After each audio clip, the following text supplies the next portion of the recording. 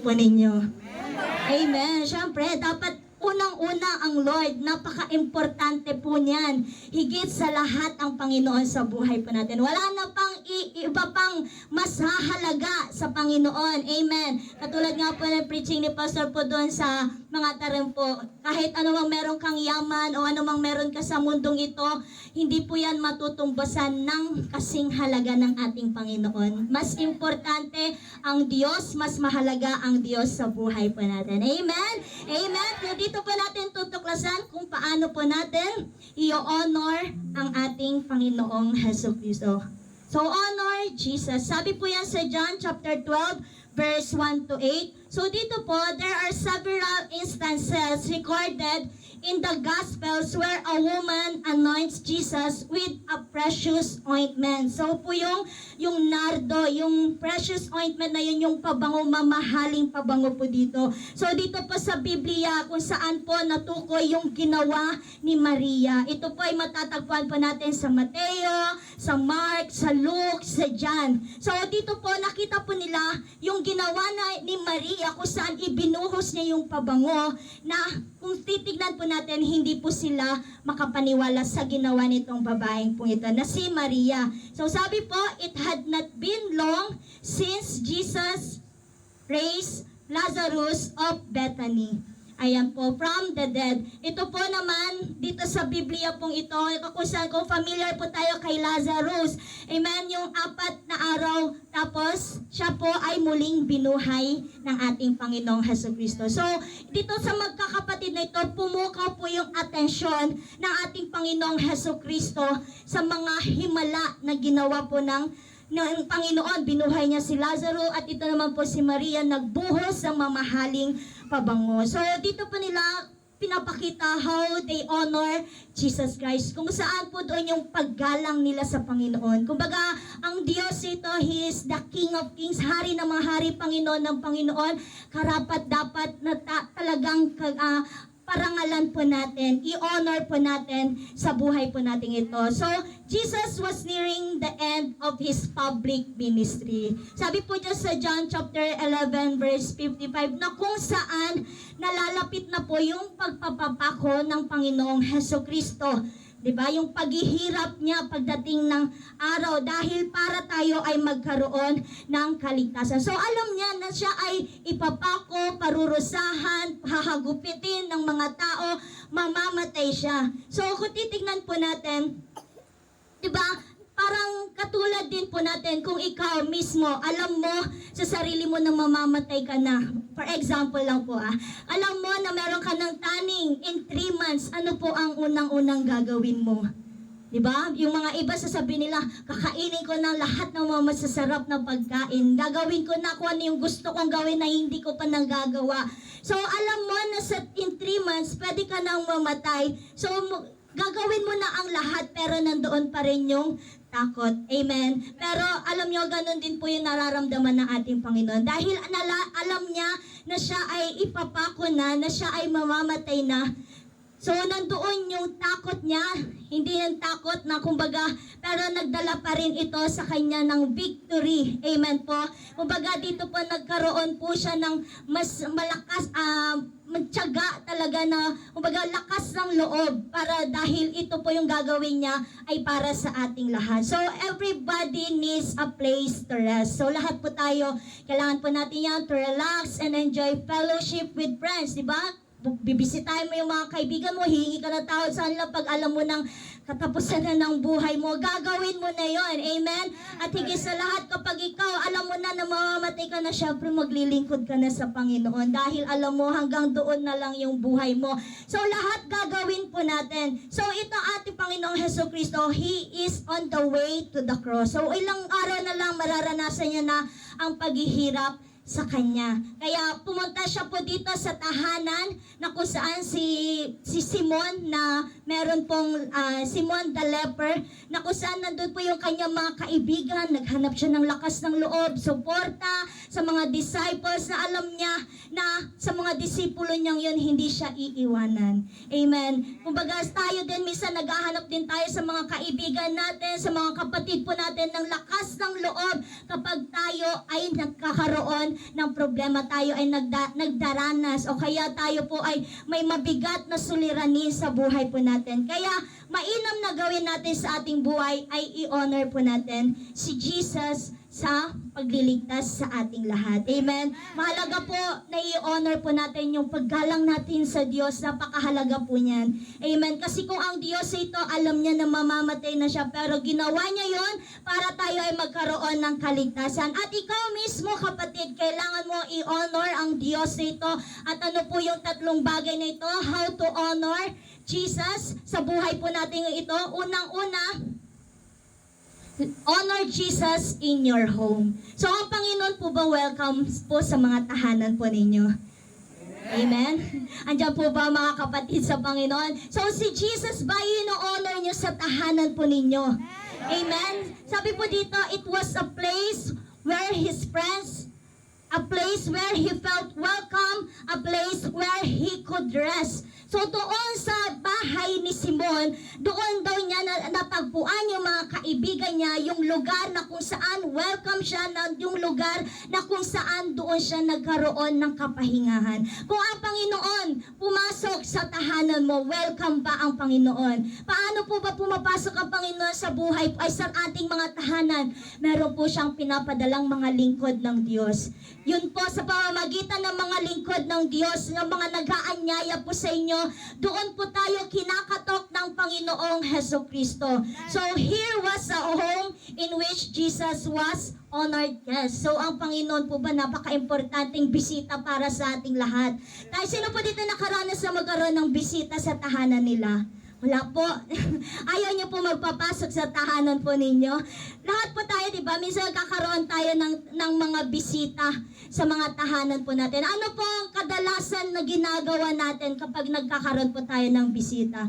Di ba? Andyan po, lilinisin mo yung bahay. Kumbaga, once a year, talagang lilinisin mo yung bahay dahil may paparating na bisita. Yung mga nakatagong plato, yung mga bagong plato, di ba? Ilalabas mo yan. Tapos yung inuulam nyo araw-araw, itlog, pero pag may bisita, wow, may manok, may palitsyon, di ba? Ganon po tayo kung paano mag-asikaso ng bisita. Kami po naranasan din po namin, kwarto po namin, mas pinatulog pa yung mga bisita kaysa sa amin. Doon kami sa kapitbahay. Kasi ini-honor po natin yung mga bisita pong iyon. How much more pa kaya pagdating sa Panginoon kapag siya ay pumasok sa tahanan ninyo? Paano nyo kaya i-honor ang Panginoon sa buhay po ninyo kapag may mga lingkod ng Diyos na nangungulit sa inyo na inaanyayahan kayo? Minsan kasi kadalasan po dito sa mga tao po, kapag nandyan na si sister, nandyan na si brother, kaya nandyan na si pastor, sabihin mo, anak, wala ako. Kaya sasabihin naman ng anak, wala daw po si mama, wala daw po si papa, di ba? Paano po natin i-honor ang Panginoon, di ba? Kung paano po natin papasukin ang Panginoong Hesukristo sa buhay po natin, dapat ganun po ka-welcome ang Panginoon sa ating mga tahanan. Willing po ba kayo na i-welcome ang Diyos sa buhay po ninyo? Amen. Kahit na matatakaw po yung mga sister na pumibisita sa inyo, welcome pa rin po ba ang ating Panginoon? Kaya minsan ayaw magpapunta ng bisita kasi si sister uubusin niya yung pagkain namin eh. Magsasharon pa siya. No, pero alam niyo po, doon po natin ay papakita yung respect, yung paggalang po natin. Nasabi po ng kanyang salita, kung ano ang ginawa mo sa iyong kapwa, ginawa din po natin iyon sa ating Panginoong Hesukristo. Amen po. So dito po, ang ating Panginoon, doon siya nagkaroon ng place, kumbaga, doon sa lugar na iyon, nagkaroon siya ng rest, ng peace dahil nandoon yung mga alagad niya. So honoring means to show the great respect for someone or something. Kaya kung may pumibisita sa inyo mga ka-sister, ka-brother, o especially ang isang lingkod ng Diyos, ang isang pastor, dapat malaya po natin pinapapasok yan sa tahanan natin dahil ang wini-welcome po natin walang iba kundi ang ating Panginoong Hesukristo. Amen po? So how welcome is Jesus in my home? So marami sa mga Kristiyano, hindi komportable na nandun si Jesus sa tahanan nila o kaya yung lingkod ng Diyos. So, kahit sa mga pinapanood natin, sa mga sinasalita natin, even in our attitude, di ba? Sa mga sinasabi natin, minsan na o-offense natin ang ating Panginoon, nag-grieve natin yung Espiritu ng Panginoon. Kumbaga, hindi komportable ang Panginoon sa buhay po natin, sa tahanan po natin. So, how welcome is Jesus in my home? So, there are many homes where Jesus would always feel like an outsider. Outsider kaya ang Panginoon sa buhay mo? Kung ang Diyos ay ito kumakatok na sa tahanan mo, outsider pa rin ba ang Panginoon? Papapasukin mo siya o mananatili lang siyang kakatok ng kakatok sa tahanan mo? So, let's check it out sa buhay po natin. Tignan po natin kung pinapapasok na ba talaga natin ang Panginoon sa buhay po natin ito. So, as a follower of Christ, we should strive. Kailangan po natin magsikap to have homes where Jesus is always the unseen guest. So, kailangan pagsikapan po natin na itong si ating Panginoong Hesukristo, hindi siya unseen guest. Kumbaga, andoon yung presence ng Lord, nandoon ang ating Panginoong Hesukristo sa ating tahanan. So, sikapin natin na ipamuhay si Kristo sa buhay natin, hindi lang private, maging in public. Kumbaga, tayo mga Kristiyano nakakakilala na sa Panginoong Hesukristo. Hindi lang na kapag nasa church ka lang, doon ka lang Kristiyano. Doon ka lang nakakakilala sa ating Panginoon. Pero paglabas mo na ng church, nasa tahanan ka na, minsan di na nakikita yung pagiging Kristiyano, hindi na nakikita si Hesukristo sa buhay po natin. So, kailangan hindi po natin kinakahiya ang Diyos sa buhay po natin. We are born again, di ba? Minsan marami nagpupula sa atin. Ayan na si sister na hallelujah, ayan na si sister na laging nag-i-invite. So, wag po natin ikahiya ang Diyos na ito. So, how welcome Jesus sa buhay po natin? Kailangan pinagmamalaki po natin ng Diyos. Kasi sabi ng kanya salita, kung ikahihiya mo ako dito sa lupa, pagdating ng araw sa langit, ikahihiya din po tayo ng Panginoon sa harap ng ating Amang nasa langit. Pero kung ipagmamalaki natin ang Panginoon dito pa lamang sa lupa, pagdating ng araw, ipagmamalaki din tayo ng Panginoon sa ating Amang nasa langit. Amen po. Kaya hindi po tayo privately, dapat maging public po tayo ang ating faith pagdating sa ating Panginoong Hesukristo. So, honor Jesus in your home means making Him the Lord or Master of your home. Sino po yung master ng tahanan po ninyo? Sabi ng mga anak, si nanay. Sino po yung master ng tahanan po ninyo?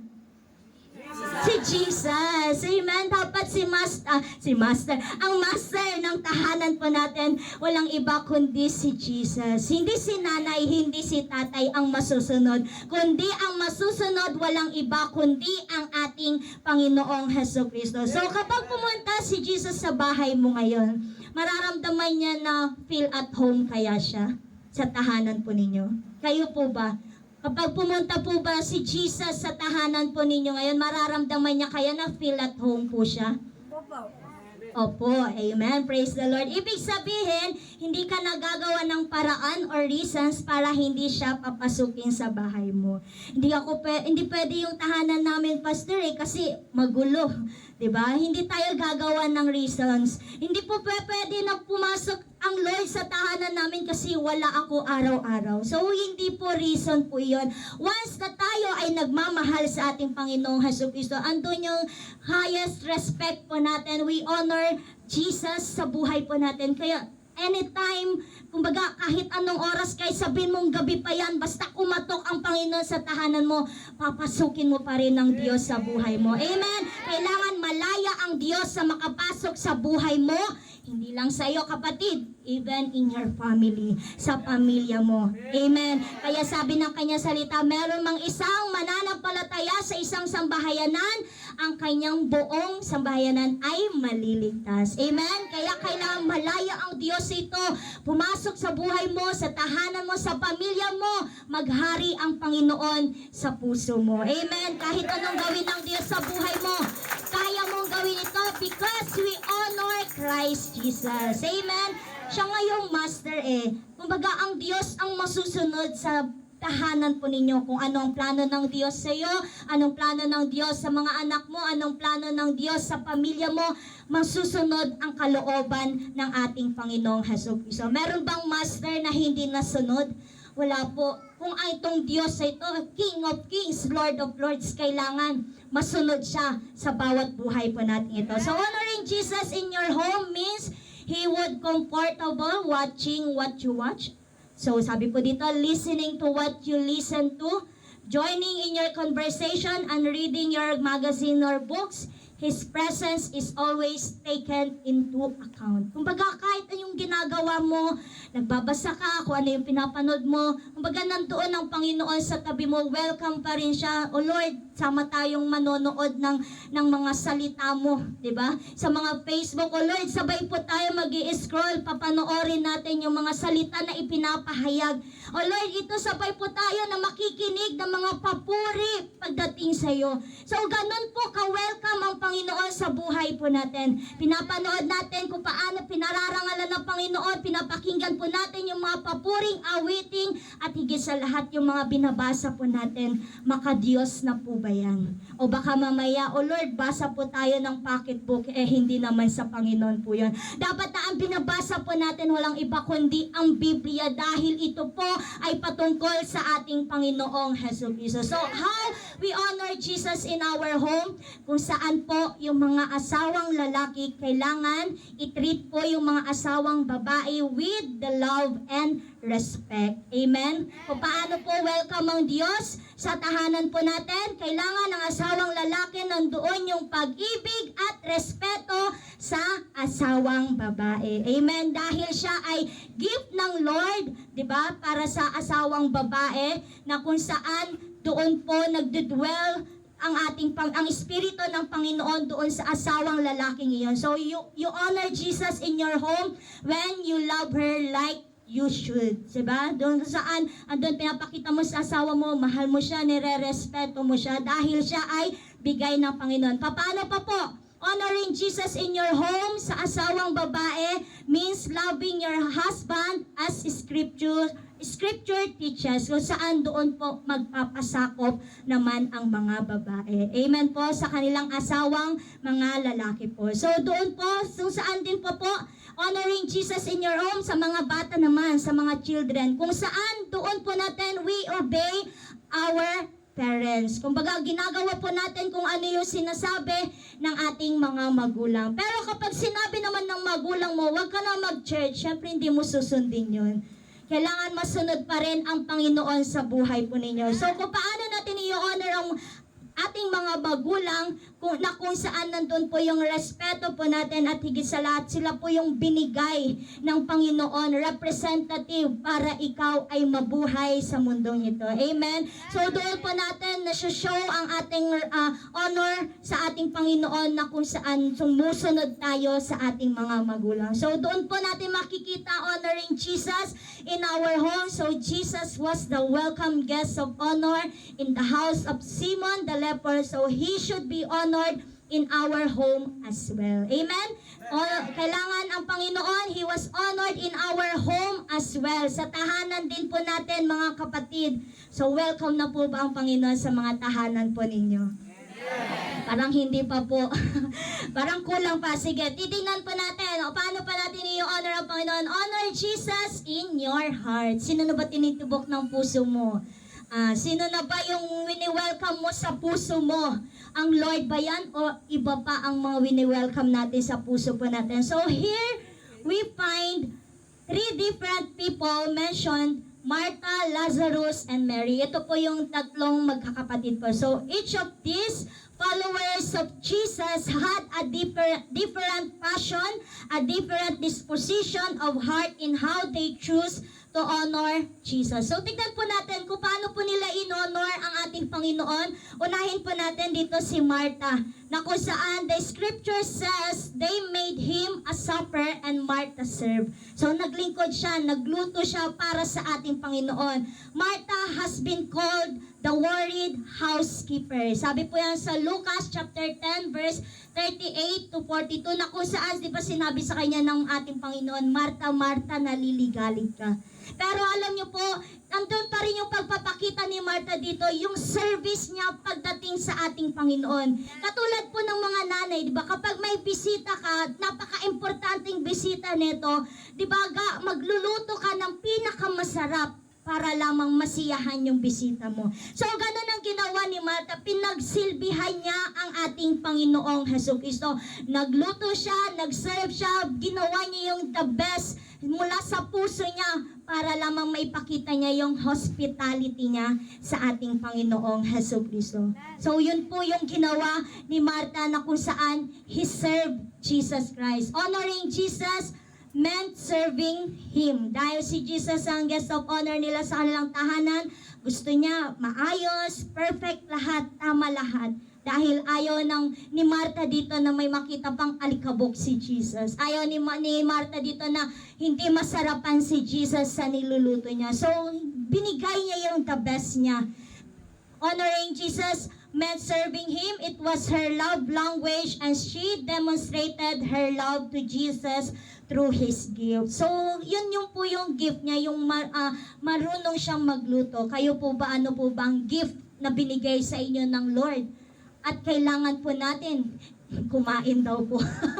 Kailangan po natin ipagamit yan sa ating Panginoong Jesucristo. Amen. Kahit ano man yung talent mo ngayon, na kahit sabihin mo, simple lang yung talent mo, kailangan mong ibigay yan sa Panginoon. Kailangan mo maparangalan ng Panginoon sa pag-awit mo, sa pag-sayaw mo, sa pagluluto mo. Dahil doon po napapakita po natin yung pagsuserve natin sa Lord, napapakain po natin yung mga mahal po natin sa buhay o yung mga naglilingkod sa Panginoon. So, doing that which she loved to do, doing that which she knew best, cooking and serving. So, yun po yung ginawa ni Martha, kung paano niya in-honor ang Panginoon by serving Him, di ba? Sa pagluluto niya, na kahit na sinabi sa iyo, naliligalig ka, Martha, pero pinakita niya pa rin yung hospitality niya pagdating sa ating Panginoong Jesucristo. Pangalawa naman po si Lazarus.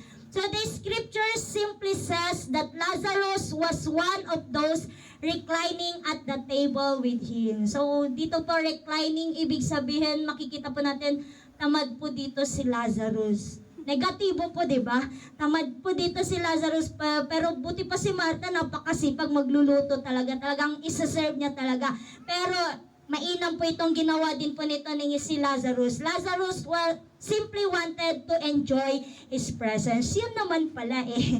Kaya naman pala tamad si Lazarus kasi gusto niya ma-enjoy yung presence ng Lord. Di siya umaalis sa tabi ng ating Panginoon. Kapag nakahilig po lagi yung ulo po ni Lazarus sa balikat ng ating Panginoong Jesucristo. Kasi gusto niya ma-enjoy yung presence ng Lord sa buhay po nitong si Lazarus. So he wanted to fellowship with Him, talk with Him, ask Him a question, and listen to Him speak. He wanted to enjoy every minute He had with the Master. So yun po yung ginawa nitong si Lazarus. So walang masama sa pag-enjoy sa presence ng Lord.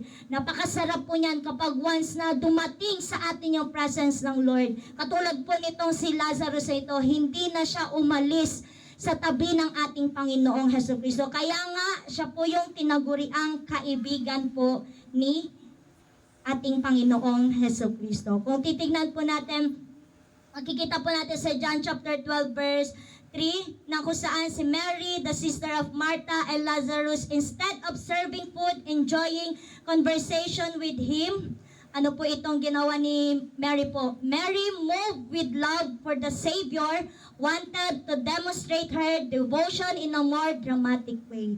Ito po yung pinakamainam na ginawa ni Mary. O titignan po natin si Martha, si Lazarus, mainam din po ang kanilang ginawa. Pero pinakamainam itong ginawa ni Mary, na kung saan ito po yung kailangan po nating tularan, katulad po ni Maria. Recognize that there are different levels at which we honor Jesus. na kung saan he worship Him, he show much love to Christ Jesus. Pinakita niya yung grabeng pag-ibig niya sa ating Panginoong Hesukristo. Na higit sa lahat itong ginawa nitong si Maria, higit na pag-ibig niya sa ating Panginoong Hesukristo. Ano po ba yon? Ibinuhos niya ang mamahaling pabango at ginamit niya yung mahabang buhok niya sa pagpunas sa paanan ng Diyos. At sabi po doon, humalimuyak ang pabango sa buong bahay, sa sobrang bango. So she gave her best to Jesus. Bakit po? Bakit niya binigay yung best niya sa Panginoon? Kasi alam niyo po, ang katumbas ng pabangong pong iyon, yung nardo pong iyon, 1 taong sahod po. Titingnan po natin, binigay niya ng buo-buo, the best talaga po yun. Hindi niya inisip kung ano yung kakainin niya pagdating ng araw. Hindi niya inisip kung anong mangyayari sa kanya kinabukasan. Basta ginawa niya yung the best niya pagdating sa Panginoong Hesukristo. 1 taong sahod, kaya mo kayang ibigay yun pagdating sa Panginoon. Ito si Mary, nagawa niya yon sa pagbuhos ng pabangong iyon. Sapagkat yung ointment na yon is very valuable. She poured out with total abandon. Talagang binuhos niya lahat. The most valuable possession she had. So yun lang ang meron siya. Yung pinaka-importante yon, yung nardo, yung pabango pong iyon. Ibinigay niya po yon sa ating Panginoong Hesukristo. Na kung titignan po natin, ginawa niya po iyon, yung pagbuhos ng pabango mula sa kanyang ulo hanggang sa paanan. Doon po pagpapakita ng love and respect sa ating Panginoong Hesukristo. Na kung saan doon din niya pinakita na pinararangalan niya ang Panginoon sa buhay niya. At sabi po doon ng Panginoon, ginawa po yun ni Maria dahil sa nalalapit na po siyang ipako sa krus. So ginawa po yun ni Maria dahil ganun niya kamahal ang Panginoon sa buhay niya. Na kaya niyang ibigay even her life, ibigay niya sa Panginoon, gagawin niya yun. Kung yun po, material na bagay pa lamang po, binigay niya na, what more pa kaya, di ba? Buhay niya, ibibigay niya yun sa ating Panginoon. Kung tatanungin ko po kayo, how much do you love Jesus? Gaano mo kamahal ang Panginoon sa buhay mo? Gaano mo nire-respect ang Panginoon sa buhay mo? Sabi ng kanyang salita, if we love Him, we must keep His commandments. Kung mahal natin ang Diyos, sinusunod natin ang kanyang mga utos. At higit sa lahat, greater love has no man than this, that He will lay His life down for His friend. Ialay ang buhay niya para sa kanyang kaibigan.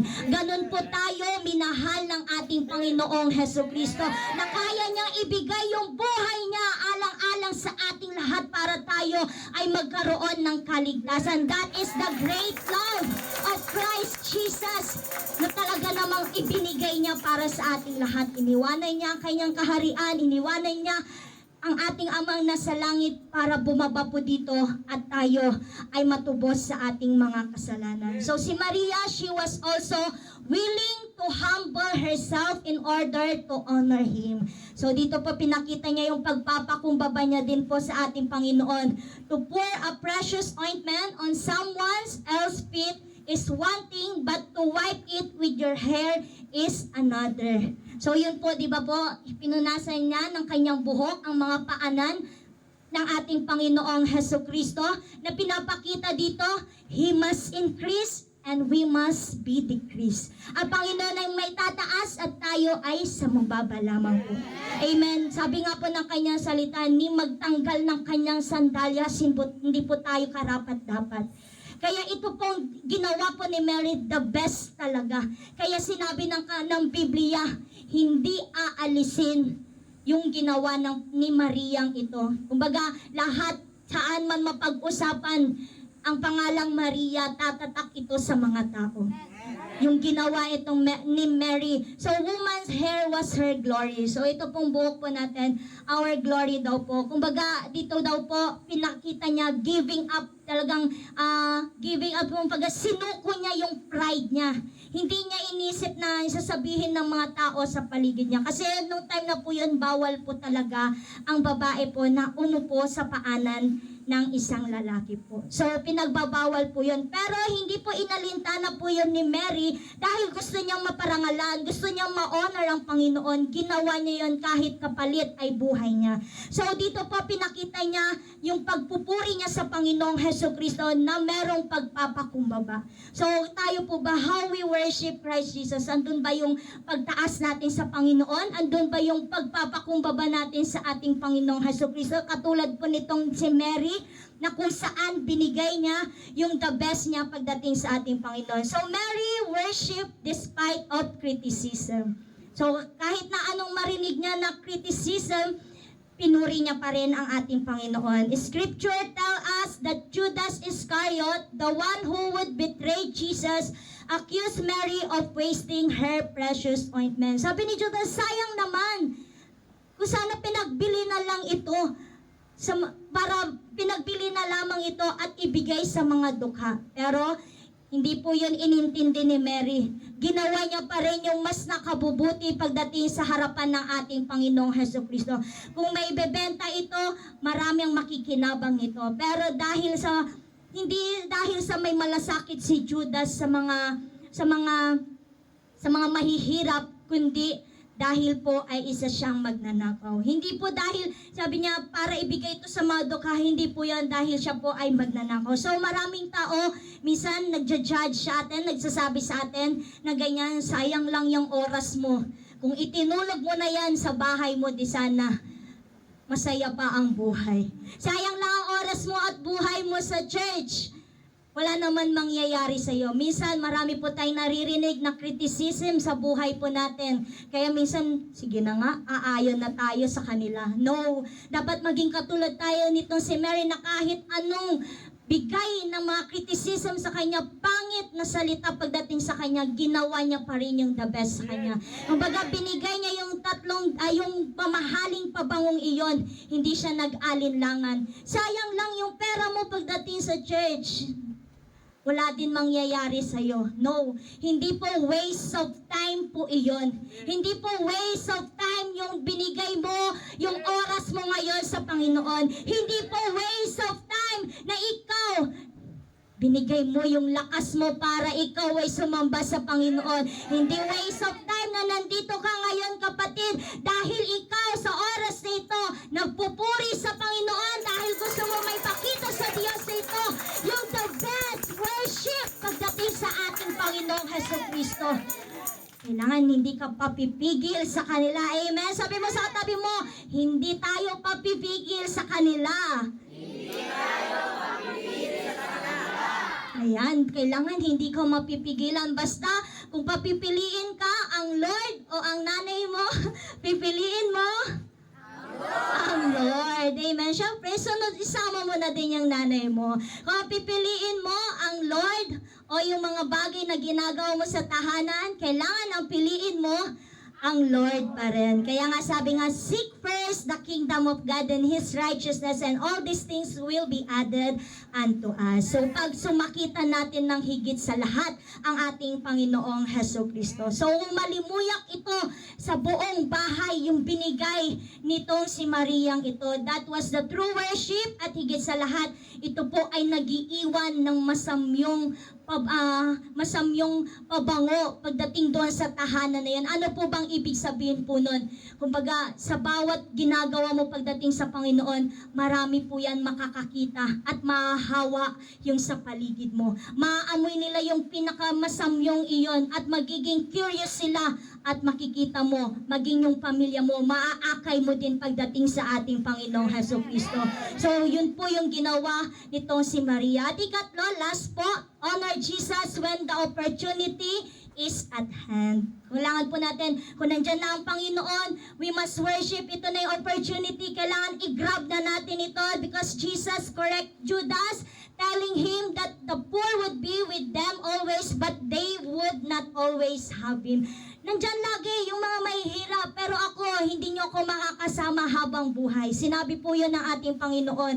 Kaya mainam na ginawa po yun ni Mary dahil minsan lang po nila makakasama ang ating Panginoong Jesucristo. So Jesus telling us that we should honor Him, we must worship, adore Him whenever the present itself. Hanggang ngayon, kailangan we must worship Him, adore Him, we must honor Him, na kailangan na ang ating Panginoong Jesucristo, araw-araw po natin yung pinaglilingkuran. Hindi lang naka-schedule ang pag-honor mo sa Panginoon. Kailangan every minute, every second, every minute of your life, kailangan ang pag-honor po natin sa ating Panginoong Jesucristo.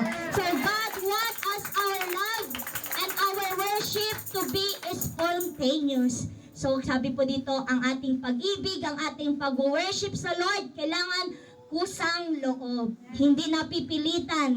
Hindi dahil sinama ka ni sister, ni brother dito, pagbibigyan mo siya. Hindi po yon. Hindi ka napilitan. Kumbaga, kusang loob. Kaya ka nandito dahil sa ating Panginoong Jesucristo. The honor Mary gave to Jesus was authentic and natural. She honored Jesus when the opportunity was at hand. So yun na yung pagkakataon na yun Yun na yung pagkakataon niya na mapaparangalan niya na ang Panginoon, kaya ginawa niya na yun, kapatid. At sa oras na ito, kung ito na yung pagkakataon na ibigay mo yung buhay mo pagdating sa ating Panginoon, wag mo nang tatanggihan itong oportunidad na ito. Dahil alam to natin na sa ating Panginoong Jesucristo, tiyak ang buhay po natin, tiyak ang buhay na walang hanggan, na nagmumula sa ating Panginoong Jesucristo. Yan ang ibig sabihin na ng Diyos, na ang dukha kasama natin, pero ang Diyos magbabata ng hirap. Kaya give your best pagdating sa ating Panginoon. Jesus was saying that we should honor Him or serve Him whenever we have opportunity. Ito sa oras na ito na yung opportunity at kinakatagpuan ng Panginoon sa oras na ito. Sabi ng Lord, huwag mo nang ipagpabukas yan. Lord, bukas na lang ako maglilingkod. Lord, saka na lang ako maglilingkod pag may lakas na ako. Lord, saka na lang ako maglilingkod kapag may time na ako. Saka na lang, Panginoon. Hindi po. Kung ngayon, sa oras na ito, naririnig mo, paglingkuran mo na ang ating Panginoon. Like Mary, he worshiped Jesus. Like Mary, he honored Jesus. Yung mataas na paggalang, mataas na pagrespeto sa Panginoon, ginawa niya na yon. Hindi niya pinagbukas, hindi niya pinag-isang taon pa, pinag-isang buwan pa, kundi ngayon. At right now, kapatid, gusto ng Panginoon sa oras na ito, ibigay mo yung buhay mo sa Panginoon. Bigay mo yung the best worship mo sa Lord. Kung ano yung pinangahawakan mo, ibigay mo yan sa Panginoon. At kailanman hindi ka mawawalan. Sapagkat pangako ng Panginoon, He will never leave us nor forsake us. Na ang pangako ng ating Panginoon, tayo ay sasamahan niya hanggang sa dulo ng sanlibutan ito. Kaya inaanyayahan ko po na tayo po ay magsitayo. At sa oras na ito, namnamin mo ang awitin na ito bilang pagbibigay ng papuri sa ating Panginoong Jesus. Katulad na sinabi kanina, give your best to Jesus. Give your worship to Jesus. So Lord, salamat sa iyo, Panginoon. Sa iyo ang aming papuri. Sa iyo ang papuri. Ikaw ang Diyos ang aming paglilingkuran, O Diyos. Salamat, aming Diyos. Kapatid, hindi aksidente na nandito ka ngayon at naririnig mo itong mga salitang ito. Nais na Panginoon na gumalaw sa buhay mo. Nais na Panginoon na gumalaw sa pamilya mo. Nais na Panginoon na gumalaw sa tahanan mo. Ang Diyos ay ito kumakatok sa puso mo. Ang Diyos ay ito kinakatok niya ang bawat isa sa atin. Sabi niya, anak, papasukin mo ako. Sige po, ipikit po natin ang ating mga mata. Hindi po natin mararanasan yung presence ng Lord kung hindi mo ipipikit ang iyong mga mata. Ipikit mo ang iyong mga mata at langhin mo yung love ng Lord sa iyo, kapatid. As we worship you, Lord, sa iyo ang aming papuri, O Diyos. Narito ang buhay. Sabi mo sa Panginoon, Lord,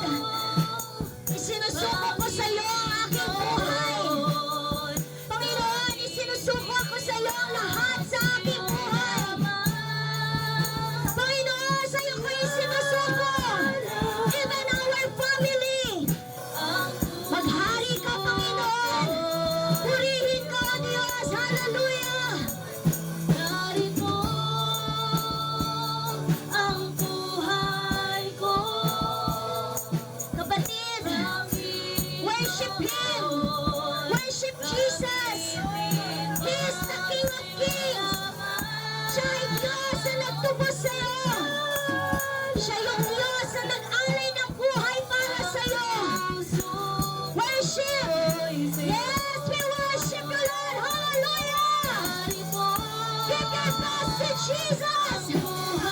Kahit di mo alam itong awitin na ito, awitan mo pa rin siya. Pasalamatan mo siya. Ipangako mo sa Panginoon, Lord. Paghaharian kita, paghahariin kita, Panginoon, sa buhay ko. Ang puso ko'y sa'yo. Kapatid, sabi nga doon, it was the opportunity. Ito na yun. Yung katanungan mo, ito na yun. Yung hinahanap mo, nasagot sa problema mo, ito na yun. Yung hinahanap mo, na gusto mo magkaroon ng kapayapaan, na magandang buhay, ito na yun. Opportunity na ito, na pumasok ang Panginoon sa buhay mo. At huwag mo ito palalagpasin, kapatid. Nais ng Panginoon maghari sa iyo sa bawat buhay po nating lahat na narito. Sabi ko nga po, hindi aksidente na nandito ka ngayon. Hindi aksidente na ikaw ay kinakatagpo ng Panginoon sa oras na ito. Dahil may magandang gagawin ng Panginoon sa buhay mo. If we humbly worship Him, if we humbly respect Him, if we humbly honor Him, ang Diyos ay kikilos sa ating lahat. Salamat sa iyo, Panginoon. Salamat sa iyong kabutihan. Salamat, Panginoon, Lord, sa mga salita mong ito, Panginoon. At Lord, malaya kang pinapapasok namin, Panginoon, sa aming mga buhay, sa aming mga puso, sa aming mga tahanan, even in our family, Panginoon. Malaya ka na maghari, malaya ka na pumasok, Panginoong Jesus. At Lord, you are our Master, our Lord, our Savior. At wala na po kaming ibang hahanapin pa dahil nasa iyo na ang lahat, Panginoon. Dahil ikaw ang Diyos ang aming kailangan sa buhay namin ito, Lord. Lord, ikaw ang Diyos na kailangan namin sa buhay namin ito, God. At Lord, hayaan mo po, Panginoon, sa anak po na narito, Panginoon, alam namin na Diyos, ikaw ang Diyos na kumakatagpo sa kanila.